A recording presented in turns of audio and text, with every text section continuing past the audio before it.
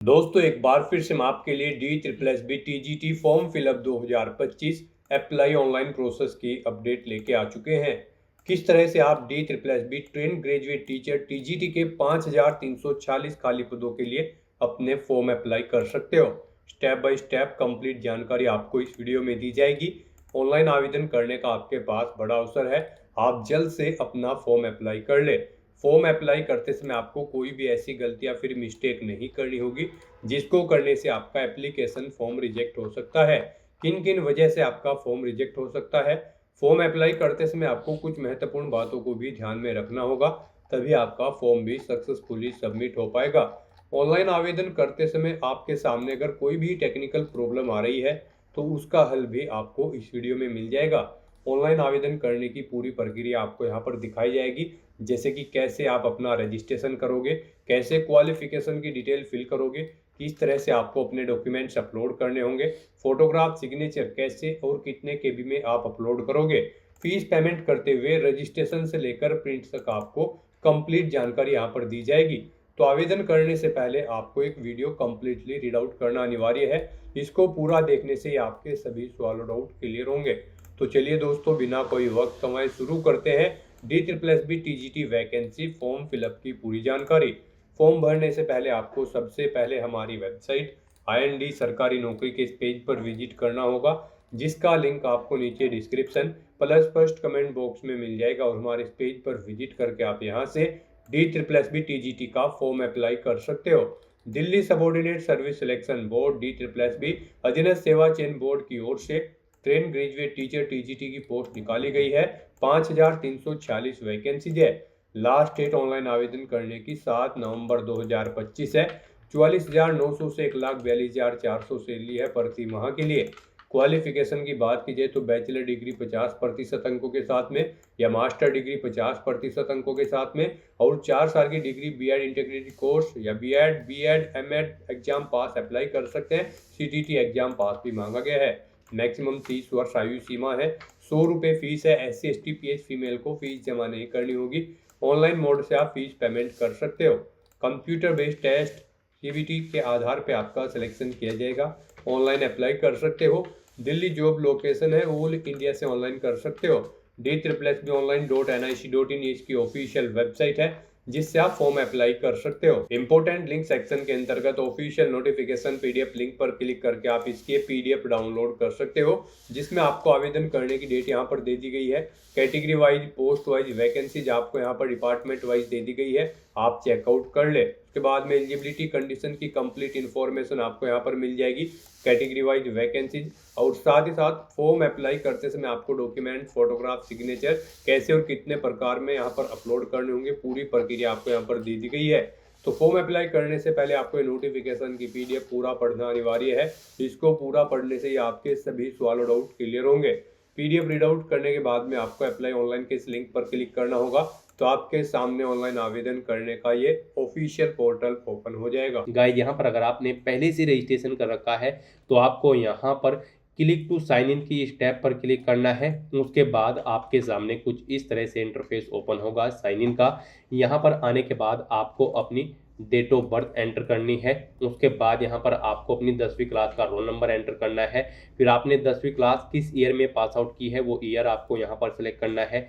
आपको अपना पासवर्ड यहाँ पर एंटर करना है, ये कैप्चा कोड यहाँ पर एंटर करना है। और उसके बाद फिर आपको साइन इन की स्टेप पर क्लिक करते हुए अपने डैशबोर्ड में साइन इन करके अपना फॉर्म अप्लाई कर लेना है। और गाइस, यहाँ पर अगर आप DSSB के इस पोर्टल के थ्रू किसी भी भर्ती के लिए फर्स्ट टाइम अप्लाई करने जा रहे हो तो सबसे पहले यहाँ पर आपको अपना रजिस्ट्रेशन करना होगा। उसके लिए आपको यहाँ पर क्लिक फॉर न्यू रजिस्ट्रेशन की टैब दी गई है, आपको इस पर क्लिक करना है। आपके सामने रजिस्ट्रेशन का फॉर्म ओपन हो जाएगा। अब यहाँ पर आपको अपनी बेसिक डिटेल्स प्रोवाइड करते हुए अपना रजिस्ट्रेशन करना है। सबसे पहले यहाँ पर आपको अपना नाम एंटर करना है, उसे री एंटर करके कंफर्म कर लेना है। अपनी डेट ऑफ बर्थ 10वीं क्लास की मार्कशीट के अकॉर्डिंग आपको यहाँ पर सिलेक्ट करनी है, उसे एक बार फिर से सिलेक्ट करके कंफर्म कर लेना है। 10वीं क्लास का रोल नंबर यहाँ पर आपको देना है, उसे भी एक बार फिर से एंटर करके री एंटर करके आपको कंफर्म कर लेना है। पासिंग ईयर सेलेक्ट करना है 10वीं क्लास का, ये भी आपको 2 बार सेलेक्ट करना होगा। उसके बाद आपको अपना जेंडर यहाँ पर सिलेक्ट करना है, जेंडर भी आपको 2 बार सिलेक्ट करना है। फिर आपको आपकी नेशनलिटी यहाँ पर सिलेक्ट करनी है, अपने फादर का नाम यहाँ पर आपको देना है, उसे भी आपको 2 बार एंटर करना होगा। फिर यहाँ पर आपको अपनी मदर का नाम भी 2 बार एंटर कर देना है। अगर आप मैरिड हो तो अपने हस्बैंड या फिर वाइफ का नाम यहाँ पर आप एंटर करें, 2 बार यहाँ पर आपको एंटर करना होगा। मोस्टली यहाँ पर आपको सभी चीज़ें 2 बार एंटर करनी है कंफर्मेशन के लिए। तो उसके बाद आपको फिर यहाँ पर अपना मोबाइल नंबर एंटर करना है, उसे एक बार फिर से एंटर करना है। ईमेल आईडी भी आपको यहाँ पर 2 बार एंटर करनी होगी। फिर यहाँ पर आपको गेट ओटीपी के ऑप्शन पर क्लिक करना है। उसके बाद आपके मोबाइल और मोबाइल नंबर पर ओटीपी आएंगे। वो ओटीपी आपको यहाँ पर एंटर करके अपना मोबाइल नंबर और ईमेल आईडी को आपको वेरीफाई कर लेना है। उसके बाद यहाँ पर आपसे पूछा गया है कि यहाँ पर क्या आप अपना आधार कार्ड देना चाहते हैं आईडी प्रूफ के तौर पर। अगर चाहते हैं तो यस करें और फिर आप अपना आधार नंबर एंटर करें, उसे एक बार फिर से एंटर करके कंफर्म कर लें। और अगर आपके पास आधार कार्ड नहीं है तो यहाँ पर आप नो ऑप्शन सेलेक्ट करेंगे। फिर यहाँ पर कोई अन्य आईडी आप सिलेक्ट करेंगे, driving licence, PAN card, passport या फिर वोटर आईडी। और उसके बाद यहाँ पर आपको अपने आईडी का नंबर देना है, उसे एक बार फिर से यहाँ पर आपको री एंटर करना है। उस पर जो नाम अंकित है वो यहाँ पर आपको मेंशन करना है, उसे एक बार फिर से यहाँ पर आपको एंटर करना है। और फिर यहाँ पर आपको अपना आईडी प्रूफ अपलोड करना होगा। उसके लिए आपको चूज फाइल बटन पर क्लिक करना है, फाइल को सिलेक्ट करना है और अपना आईडी प्रूफ यहाँ पर आपको अपलोड कर देना है। यहाँ पर आपका आईडी प्रूफ जो होगा वो 15 KB से 60 KB के बीच में होना चाहिए। और उनकी हाइट यहाँ पर अगर आप पैन कार्ड या फिर ड्राइविंग लाइसेंस अपलोड करते हैं तो 300x200 पिक्सल विड्थ और हाइट होनी चाहिए। वोटर आईडी कार्ड के लिए 200x300 विड्थ हाइट होनी चाहिए। और पासपोर्ट के लिए 450x300 विड्थ हाइट यहाँ पर आपकी होनी चाहिए। जेपीईजी या फिर जेपीजी फॉर्मेट में आपका ये डॉक्यूमेंट होना चाहिए। उसके बाद यहाँ पर आपको अपना पासवर्ड क्रिएट करना है। पासवर्ड यहाँ पर गाइड आपका 0 से 9 कैरेक्टर के बीच में होना चाहिए और ये अल्फा न्यूमेरिक फॉर्मेट में होना चाहिए। मींस आपके पासवर्ड में कम से कम एक अपर केस कैरेक्टर, एक लोअर केस कैरेक्टर, एक इंटीजर नंबर और एक स्पेशल कैरेक्टर जैसे कि @ या फिर डॉलर होना चाहिए। वही पासवर्ड आपको दोबारा से यहाँ पर री एंटर करके उसे कंफर्म कर लेना है। पेज को नीचे स्क्रॉल डाउन करना है, अंडरटेकिंग के इस ऑप्शन में चेकबॉक्स को ओके करना है। फिर यहाँ पर आपको प्रीव्यू के ऑप्शन पर क्लिक करके अपने रजिस्ट्रेशन की जो डिटेल आपने प्रोवाइड कराई है उसका प्रीव्यू चेकआउट कर लेना है। उसके बाद आपको इस चेकबॉक्स को ओके करना है और फिर गाइड आपको यहाँ पर सबमिट के इस ऑप्शन पर क्लिक कर देना है। नेक्स्ट आपके सामने कुछ इस तरह से इंटरफेस होगा। यहाँ पर आपको एक रजिस्ट्रेशन नंबर प्रोवाइड कर दिया गया है। ये रजिस्ट्रेशन नंबर आपके रजिस्टर्ड मोबाइल नंबर और ईमेल आईडी पर भी सबमिट कर दिया गया है। आपको इसे केयरफुली नोट डाउन करके रख लेना है फ्यूचर यूज के लिए। यहाँ पर इस रजिस्ट्रेशन नंबर में आपकी डेट ऑफ बर्थ है, रोल नंबर है 10वीं का और पासिंग ईयर है 10वीं का। तो यहाँ पर आपको इस नंबर को केयरफुली नोट डाउन करके रख लेना है। और यहाँ पर गाइड अब आपको प्रोसीड के इस ऑप्शन पर क्लिक करना है। नेक्स्ट आपके सामने कुछ इस तरह से इंटरफेस ओपन होगा। अब यहाँ पर आपको क्लिक टू साइन इन के इस ऑप्शन पर क्लिक करना है। उसके बाद आपके सामने कुछ इस तरह से इंटरफेस हो जाएगा।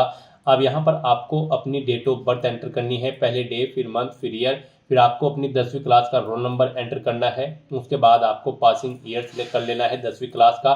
फिर यहाँ पर आपको अपना पासवर्ड एंटर करना है, ये कैप्चा कोड आपको यहाँ पर एंटर करना है।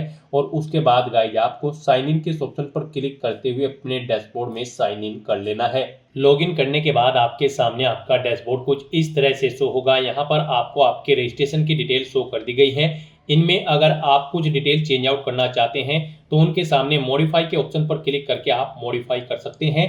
नहीं तो यहाँ पर अब आपको अपना फॉर्म अप्लाई करने के लिए अप्लाई फॉर न्यू एप्लीकेशन की इस टैब पर क्लिक करना है। फिर आपके सामने कुछ इस तरह से इंटरफेस ओपन होगा। यहाँ पर करंट में DSSB के पोर्टल पर जितनी भी भर्तियां चल रही है उन सभी को यहाँ पर आपको शो कर दिया गया है।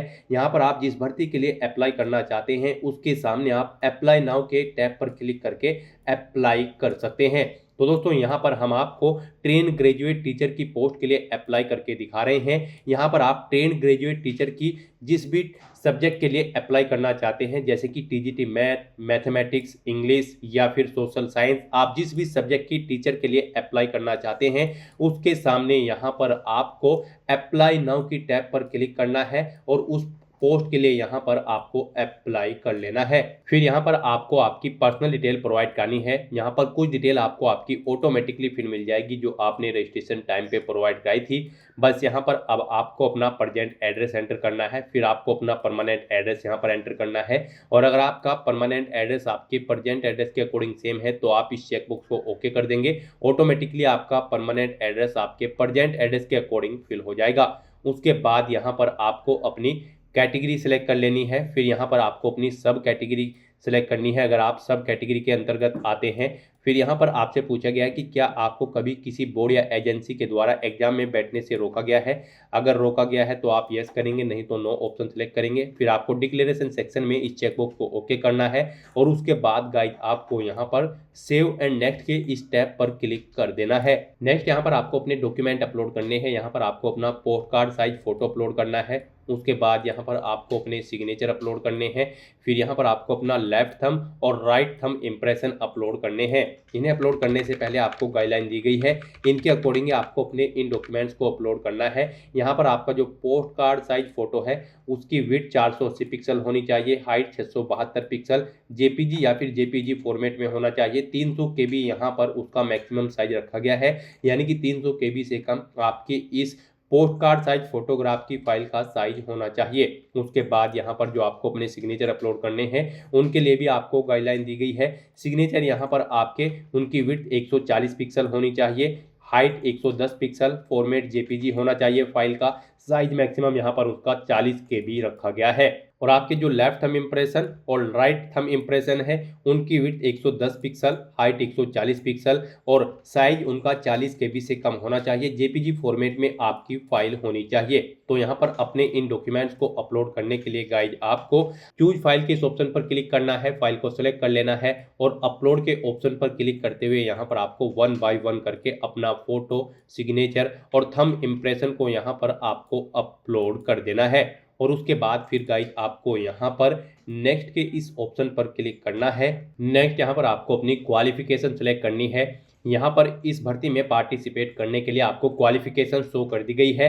इनमें से आपके पास जो भी क्वालिफिकेशन है आप उसे सिलेक्ट करें और फिर उसकी डिटेल यहाँ पर प्रोवाइड कर दें। गाइज इस भर्ती में पार्टिसिपेट करने के लिए आपके पास बैचलर डिग्री होनी चाहिए रिलेटेड सब्जेक्ट के अंतर्गत 50% मार्क्स के साथ किसी रिकॉग्नाइज्ड यूनिवर्सिटी से, प्लस यहाँ पर आपका बीएड या फिर 3 साल का integrated BEd MEd course pass out होना जरूरी है, प्लस आपका यहाँ पर सीटीईटी भी पास आउट होना जरूरी है सीबीएसई से, या फिर आपके पास यहाँ पर मास्टर डिग्री होनी चाहिए रिलेटेड सब्जेक्ट के अंतर्गत 50% मार्क्स के साथ, प्लस सीटीईटी और बीएड आपका पास आउट होना जरूरी है, या फिर 3 साल का यहाँ पर आपका integrated BEd MEd course pass out होना जरूरी है यहाँ पर पोस्ट ग्रेजुएट डिग्री के साथ, या फिर आपका यहाँ पर post graduate degree pass out होना जरूरी है plus CTET plus BEd pass out होना जरूरी है, या फिर आपका यहाँ पर सीटीईटी पास आउट होने के साथ साथ 4 साल की इंटीग्रेटेड प्रोग्राम कोर्स डिग्री आपका पास आउट होना जरूरी है, जैसे कि बीएलएड, बीएससी बीएड या फिर बीए बीएड किसी रिकॉग्नाइज्ड इंस्टीट्यूट से। तो यहाँ पर आपने जो भी क्वालिफिकेशन कर रखी है उसके अकॉर्डिंग यहाँ पर आपको ऑप्शन सेलेक्ट करना है। मान लीजिए अगर आपने यहाँ पर बैचलर डिग्री कर रखी है 50% मार्क्स के साथ और यहाँ पर आपने बीएड और सीटीईटी भी पास आउट कर रखी है, तो फिर यहाँ पर आपको फर्स्ट ऑप्शन सेलेक्ट कर लेना है, इस चेकबॉक्स को ओके करना है और फिर उसकी डिटेल प्रोवाइड करनी है। और अगर आपने इनमें से कोई और क्वालिफिकेशन कर रखी है तो फिर आपको उस क्वालिफिकेशन के चेकबॉक्स को सिलेक्ट करके उसकी डिटेल प्रोवाइड करनी है। यहाँ पर आप अपनी क्वालिफिकेशन सिलेक्ट करने के बाद उसकी डिटेल प्रोवाइड कराएंगे। तो सबसे पहले यहाँ पर आपको क्वालिफिकेशन सिलेक्ट करनी है ग्रेजुएशन, अगर आपने यहाँ पर ग्रेजुएशन पास आउट कर रखी है, और फिर यहाँ पर आपको उसकी डिटेल प्रोवाइड करनी है। फिर यहाँ पर आपको अपनी डिसिप्लिन सिलेक्ट करनी है बैचलर डिग्री की। उसके बाद गाइज यहाँ पर आपको बताना है आपने यहाँ पर ग्रेजुएशन में कितने % मार्क्स ऑब्टेन किए हैं, वो यहाँ पर आप एंटर करें। फिर किस स्टेट से आपने अपनी ग्रेजुएशन की है वो स्टेट आप सिलेक्ट करें।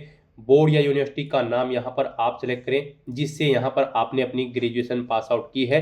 फिर यहाँ पर आपको पासिंग मंथ और ईयर सेलेक्ट कर लेना है और उसके बाद आपको यहाँ पर इंसर्ट के यहाँ पर इस लिंक पर क्लिक करके अपनी ये डिटेल यहाँ पर ऐड कर देनी है। इस तरह से यहाँ पर आपकी ग्रेजुएशन या फिर पोस्ट ग्रेजुएशन की डिटेल ऐड हो जाएगी। उसके बाद आपको दोबारा से गाइज यहाँ पर ऐड के इस लिंक पर क्लिक करना है और अपनी बीएड या फिर सीटीटी की डिटेल को ऐड करना है। तो यहाँ पर आप ऐड के इस लिंक पर दोबारा से क्लिक करें, फिर आपके सामने कुछ इस तरह से इंटरफेस ओपन होगा। अब यहाँ पर आपको क्वालिफिकेशन सेलेक्ट करनी है ग्रेजुएट 1।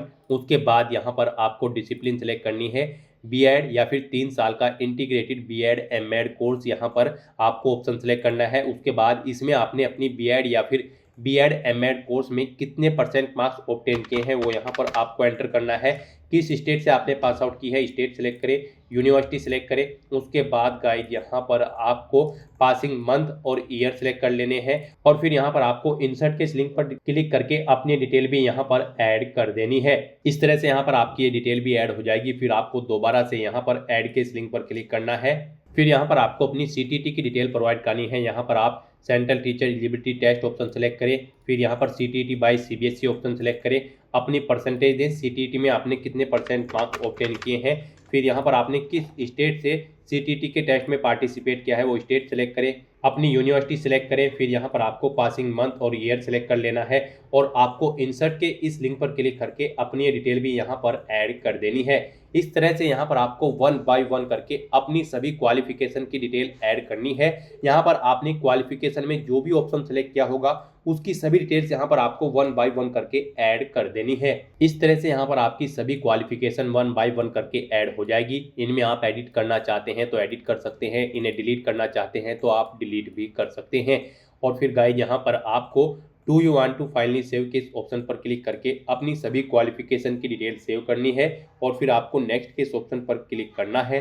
नेक्स्ट यहाँ पर आपको आपके एप्लीकेशन फॉर्म का पूरा प्रीव्यू शो कर दिया गया है। आपको सभी डिटेल केयरफुली चेकआउट करनी है, पेज को नीचे स्क्रॉल डाउन करना है। यहाँ पर आप अपनी पर्सनल डिटेल में या फिर फोटो सिग्नेचर या फिर थंब इंप्रेशन में या फिर क्वालिफिकेशन में एडिट करना चाहते हैं तो एडिट के ऑप्शन पर क्लिक करके आप एडिट कर सकते हैं। और अगर सभी चीज़ें ओके हैं तो आपको डिक्लेरेशन सेक्शन में इस चेकबॉक्स को ओके करना है और इस चेकबॉक्स को ओके करना है और उसके बाद गाइस फिर आपको सबमिट फाइनल एप्लीकेशन के इस ऑप्शन पर क्लिक करना है। फिर आपके सामने यहाँ पर मैसेज शो हो जाएगा, आपका फॉर्म सक्सेसफुली सबमिट हो चुका है। अगर आप यहाँ पर रिजर्व कैटेगरी से बिलोंग करते हैं तो आपको कोई फीस जमा नहीं करानी है, आपका फॉर्म सबमिट हो चुका है। और अगर आप अनरिजर्व कैटेगरी से बिलोंग करते हैं तो पहले आपको 100 रुपये फीस के रूप में जमा कराने होंगे, debit card, credit card, net banking या फिर यूपीआई के माध्यम से। उसके बाद आपका फॉर्म सबमिट होगा।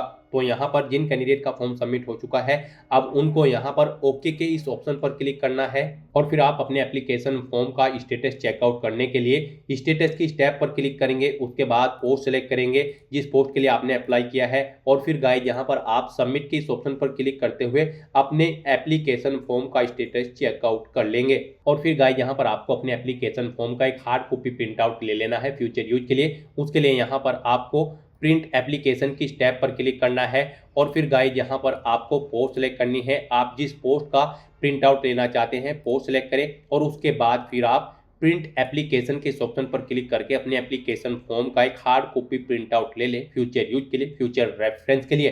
तो दोस्तों ऐसे आप Delhi subordinate service selection board train graduate teacher की इस भर्ती के लिए अपने फॉर्म अप्लाई कर सकते हो बिना कोई मिस्टेक किए हुए। आज की इस वीडियो में बस इतना ही। आई होप ये वीडियो आपको पसंद आई होगी। अगर पसंद आई हो तो इसे लाइक और शेयर करें, चैनल पर नए हो तो इसे सब्सक्राइब कर लें। Thanks for watching.